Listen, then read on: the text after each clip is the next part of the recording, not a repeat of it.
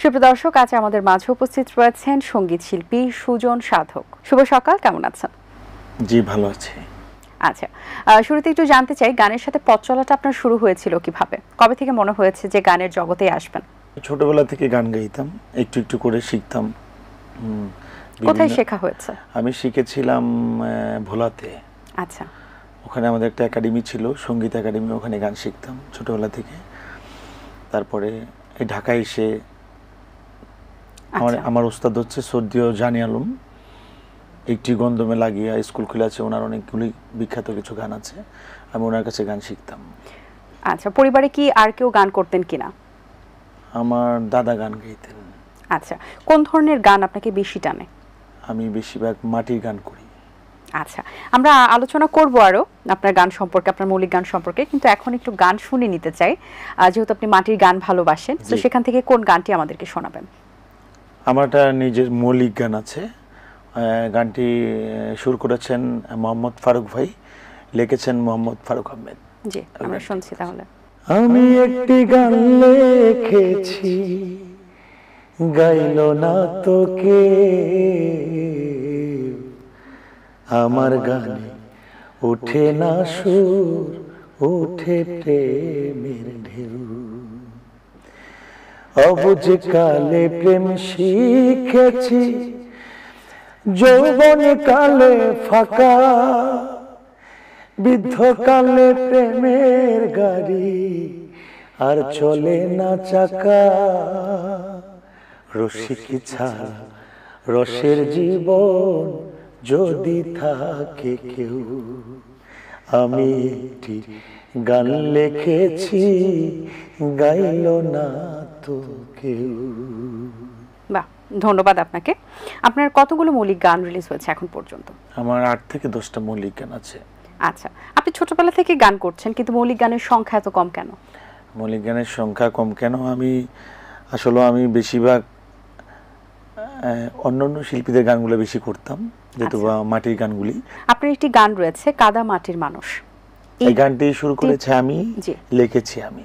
আচ্ছা, এই গানটির পিছনের গল্পটা একটু জানতে চাই।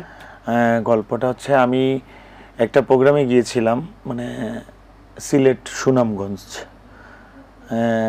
মানে বাসে ছিলাম। তো বাসের মধ্যে থেকে দেখলাম যে অনেক বিভিন্ন আলো বাতাস ভাল লাগছে। ওই গাড়ির মধ্যে গানটা লিখেছিলাম যে আমি একটি কাদা মাটির মানুষ রে, তুই থাকিস মাটিতে, মানুষ তো মরে গেলে কিছু রয় না রে। মানে যেমন মানুষ যখন মারা যায় কিছুই থাকে না। হ্যাঁ জি, ওই কথাগুলো নিয়ে গানটা আমি লিখেছিলাম 2008-এ লিখেছিলাম। তারপরে গানটি আর গাওয়া হয় নাই। আচ্ছা, সেই গানটি কি আমরা একটু শুনতে পারি কিনা? দর্শকদেরকে একটু শোনাতে চাই। হ্যাঁ, শিওর। কাদা মাটির মানুষ রে, তুই থাকিস মাটিতে, মানুষ তো মরে গেলে কিছুই রয় না রে,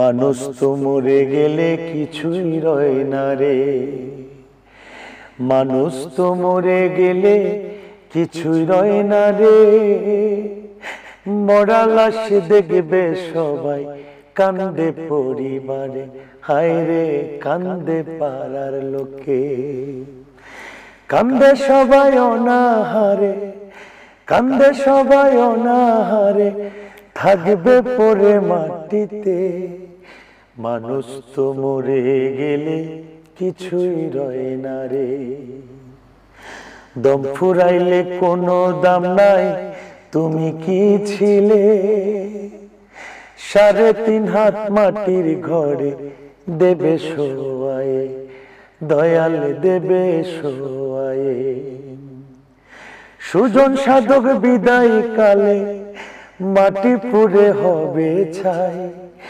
মানুষ তো মরে গেলে কিছুই রয় না রে, মানুষ তো মরে গেলে কিছুই রয় না রে। বাহ, চমৎকার একটি গান। এই গানটি কেন রিলিজ করছেন না? এই গানটি করা উচিত। আমি সামনে একটু ভালো করে প্রিপারেশন নিয়ে আসলে এখন তো দর্শক মিউজিক ভিডিও দেখতে পছন্দ করে, তো সেভাবে সিনারিও নিয়ে যদি গানটা করা যায় আশা করছি দর্শকরা অনেক পছন্দ করবেন।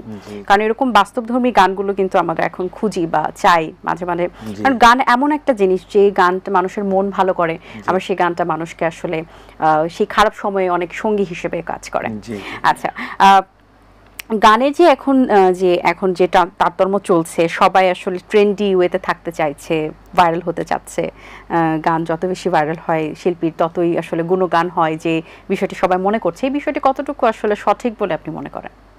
সঠিক বলে এখন গানটি কিন্তু পাবলিক তো নতুন কিছু চায়, যেমন আপনি মানে সবাই কিন্তু যার যার মতো গান গাচ্ছে, অন্যজনের গানগুলি গাচ্ছে বেশিরভাগ, কিন্তু নিজের মৌলিক গান আসলে জনপ্রিয়তা হওয়াটা এটা ভালো। হ্যাঁ, একটা শিল্পীর জন্য আইডেন্টিটি তৈরি করে আসলে মৌলিক গানগুলো। আচ্ছা, আপনার লেখা গানে কোন কোন শিল্পী গান গেয়েছেন?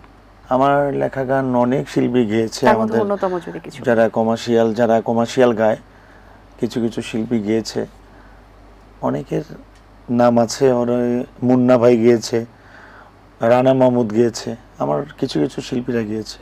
আচ্ছা, অবসর সময় যখন পান তখন কি গানের সাথেই থাকা হয় নাকি পরিবারকে সময় দেওয়া হয়? বেসিক্যালি গানটা নিয়ে আমি বেশিরভাগ চিন্তা করি, গান নিয়ে থাকি বেশিরভাগ, তারপরে পরিবারকে সময় দেই যতটুকু পারি। তো গানটা নিয়ে বেশি থাকি। গান ছাড়া অন্য কোনো প্রফেশনে আছেন কিনা? আমি কিছু গান শিখাইতাম, কিছু স্কুল ছিল আমার, এখন সবকিছু কারণে মানে নিজের গানগুলো বেশি প্র্যাকটিস করি। সো গানকে নিয়ে আর আগামীতে আর কি কাজ করার পরিকল্পনা রয়েছে? পাবলিককে যেন ভালো কিছু গান দিতে পারি, কিছু মাটির গান, নতুনত্ব কিছু গান আমি করার চেষ্টা করছি। আচ্ছা, ওই গানগুলি যেন ভালো করে রিলিজ দিতে পারি, এটাই আমার ইচ্ছা। আচ্ছা, আপনার কণ্ঠে আমরা আরেকটি গান শুনতে চাই, যেহেতু আমরা গল্পে আড্ডায় একদম শেষ প্রান্তে চলে এসেছি। কোন গানটি শোনাবেন আমাদের? আমি এখন যে গানটি করব, এই গানটি হচ্ছে আপনার রাধারমণের একটি গান, বিনোদিনী গো তোর বৃন্দাবন কাড়ি দিয়ে যাবে, খুব বিখ্যাত একটি গান, আমি চেষ্টা করছি গানটি। ওকে। বিনোদিনী গো তোর বৃন্দাবন কাড়ি দিয়ে যাবে, পুরুষ ভোমরা জাতি কান্দিলে কি হবে, পুরুষ ভোমরা জাতি কান্দিলে কি হবে, ও তোর পরের জন্য এত করলি, পরে কি দাম দেবে গোরাধে, তোর বৃন্দাবন কাড়ি দিয়ে যাবে, বনের আগুন সবাই দেখে, মনের আগুন কেউ না দেখে গো, ও তোর হীরার কলসি কাঙ্কে নিয়া, হীরার কলসি কাঙ্কে নিয়া, কোন ঘাটে জলে ভরবে গো রাধে, তোর বৃন্দাবন কাড়ি দিয়ে যাবে, বিনোদিনী গো তোর বৃন্দাবন কাড়ি দিয়ে যাবে। বাহ, চমৎকার, অসংখ্য ধন্যবাদ আপনাকে। ভালো লেগেছে আপনার সাথে কথা বলে, সুন্দর কিছু গান শুনিয়েছেন, অনেক অনেক শুভকামনা রইল আপনার জন্য, ভালো থাকবেন সব সময়। থ্যাংক ইউ আপনাকে, আপনার উপস্থাপনা অনেক সুন্দর লেগেছে, আর এটিএন বাংলাকে অসংখ্য ধন্যবাদ এত সুন্দর একটু প্রোগ্রামে আয়োজন করার জন্য। Thank you so much.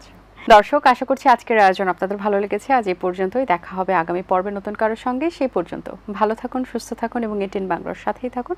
সকলকে আল্লাহ হাফেজ। দিন আসে দিন যায়, সময়টা চলে যায়, তবু আছি এই বেশ ভালো, জীবনটা রঙময় যেভাবেই হওয়া চাই, নয় কবু সাদা কালো, এই আশাতে স্বপ্ন ভাসে, সুখ হাসে চোখে মুখে, চায়ের চুমুক